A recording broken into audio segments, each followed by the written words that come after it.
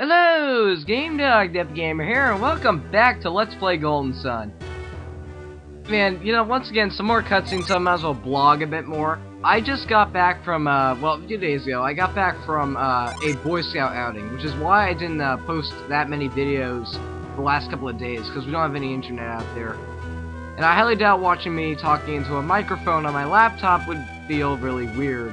I thought that'd be weird. But regardless, though, we had a lot of fun there, like, honestly, there was this, lake. Like, the place we went to, there was this ginormous lake.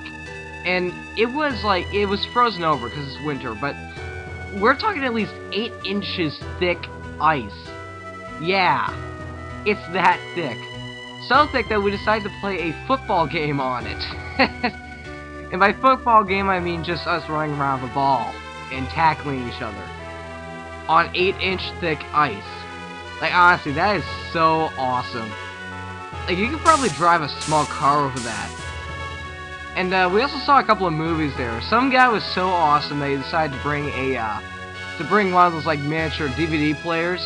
And we saw a few movies. The first movie we saw, I believe we saw 5 of them. The first one we saw was The Expendables, which is your typical badasses versus, evil army kind of game. I mean, not kind of game, kind of movie. Yeah.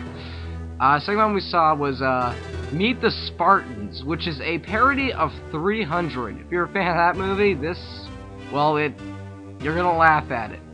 I actually really need to see 300 now. We also saw, Hellboy 2, The Golden Army. That's a pretty good one. I like the first one better, though. What else we see? Starship Troopers.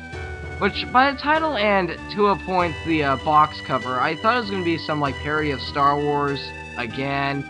But no, it was actually, it's actually a really cool movie. Like, it's about this, like, it takes place in the future, and it takes place, in the future, and, it's like the human race against evil arachnid aliens.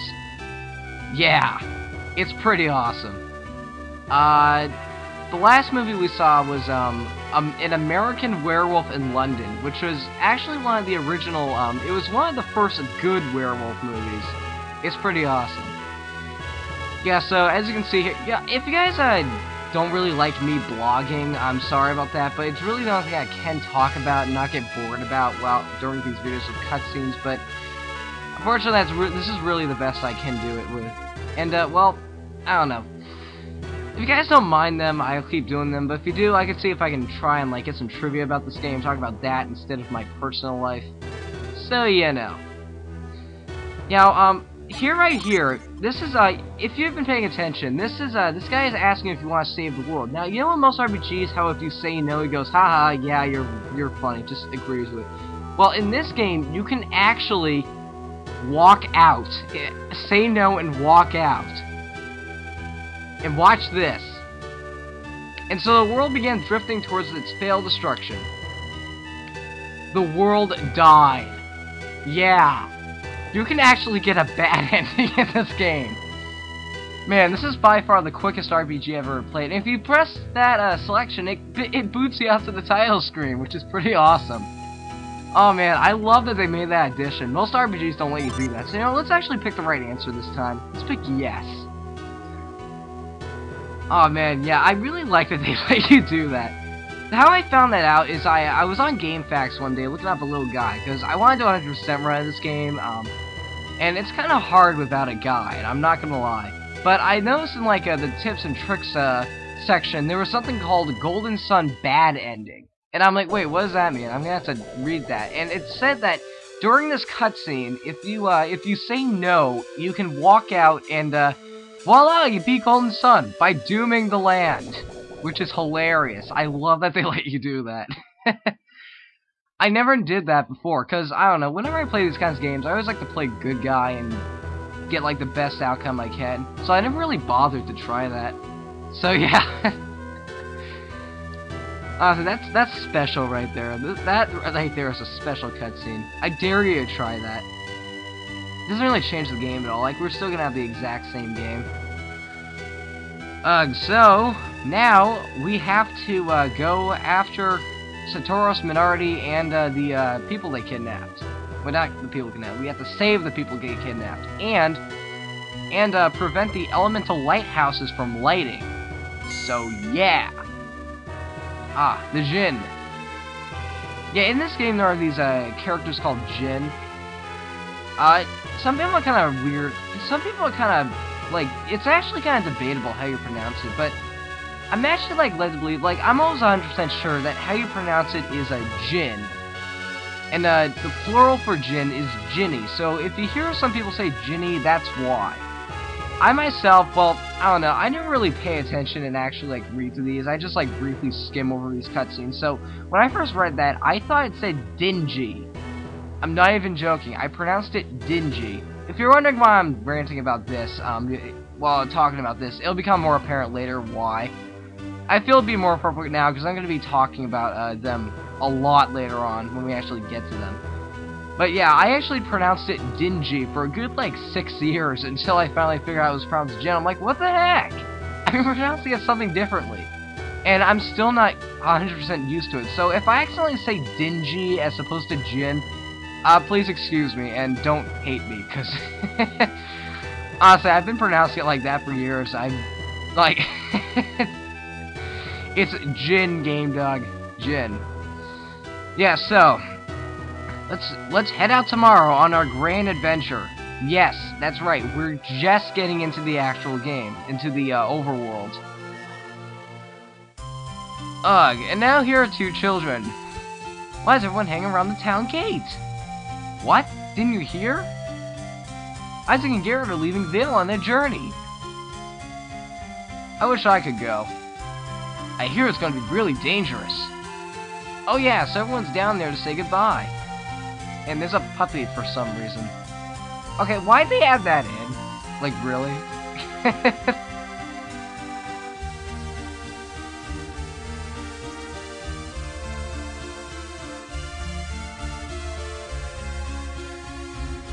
Yes, what do you see? Hey, what's the matter? Weird, Isaac's mother isn't there to set him off. You know, one other thing I've always noticed about games like this is that if a character only has one parent, it's always like the opposite gender of what they are. For example, Isaac in this case, only his mother lives. And well, honestly, if you like take any RPG that stars or like game or movie in general that stars a woman who only has one parent, more often than not, it's going to be a guy for whatever reason. It's like really odd. I never understood why. I never understood why that was. Just something odd I noticed. I don't know. And we got an herb, which I will never use. Like, I like never use items in this game, besides like permanent increasing your status items. And, on occasion revival items, but that's just about it. Dora's very late. And so was I with reading that. Auntie Dora asked me to give you the... Who says auntie? Like, really, who says auntie? And we got the catch beads. Remember back at the beginning of the game, where Dora grabbed that, like, tunic off the wall with, that, like, Sanjay looked like it was grabbing something? That's catch. And then we can now do that ability if we equip the, catch beads. So, yeah. Yeah, there are gonna be a few more items like that in this game, so you're gonna have to get used to them. And they're pretty awesome, too. You can't keep standing right here like this, or they'll never leave. So, one final farewell. Farewell! I'm not that good at voice acting, I'm not gonna lie here. Ugh. Good! Yeah, if the hub world seems to be shaking a bit, I'm sorry about that. It's something wrong with the emulator. Like, I swear, when I played it, it looked like that. So don't blame Camp Studio, and don't blame me. Blame the emulator. Visual Boy Advance, like, let's just say that Golden Sun really wasn't one of those games that was meant to be emulated. Yeah. So, you might get a bit seasick on the, overworld screen. I want to apologize for that. Oh, and here's our first Djinn. This is why I went into that, early on. This is why I went to that little, talk about how I pronounce names earlier on with the Djinn, because, well, I want to talk about them now. Djinn are probably my favorite part about the combat in this game. They really add a lot of variety, and, well, in the long run, they're collectibles as well. Basically how these guys work is they're going to... Yes, I'll take you with me. You are my favorite part of the combat in this game. The Djinn, they all have different abilities. Flint the Venus Djinn is now as its ally. Flint and speaking fail. The Djinn in this game, they all have different abilities, and they can change your classes and your other like abilities and characteristics and stuff like that, depending on which ones you have set to you, standby to you. If I'm kind of confusing here, you can always read this. I think the game does a good job to explain it. Oh, one last thing. This is all automatic. I'm not doing anything right now. Yeah, there are 4 kinds of Djinn, and all of them will have different abilities. And the Djinn is probably why I'm assuming a lot of you might be watching this. I'm going to be trying to go for a 100% Djinn run. Yeah, I'm going to be collecting all of these guys. Yes. There are 4 kinds of Djinn, as I said before. The Venus ones, which is what this guy is. The Mars ones, which look like fire monsters. The Mercury ones, which look like crustaceans a tiny bit, like their head does. And the Jupiter ones, which look like airships for some reason. I cannot do these types of things today. Yeah, so you can see how bad I am in comparison. Wait till we actually see one. And hey, zombies! This game just became a cliche. Ugh, there are so many zombie games out there. No, this game isn't a zombie game, but yeah, no. Yeah, so now we have a new ability we can use in our little hub spot down there. We can now summon Djinn. And yeah, see, Jinny. Now we can summon Jinny. We can use Jinny by using this one Djinn. And that's basically using them. This one right here, Flint, he is just attacking like a really powerful attack, like an insta critical hit. But later on, the Djinn are gonna get like really cool abilities. More you have, for example, like some's gonna get the abilities to revive party member, some are gonna be able to confuse the enemy, some are gonna heal your enemy, and well, when you use them, they'll go on standby, and you can use summons when they're on standby. This is a summon right here. Yeah, you summon them for an even more powerful attack, and later on, when we collect more Djinn, we will literally be able to summon gods to help us. Like, you know, Thor, Atlantia, Neptune, we can summon gods. Yes, that is how epic this game is.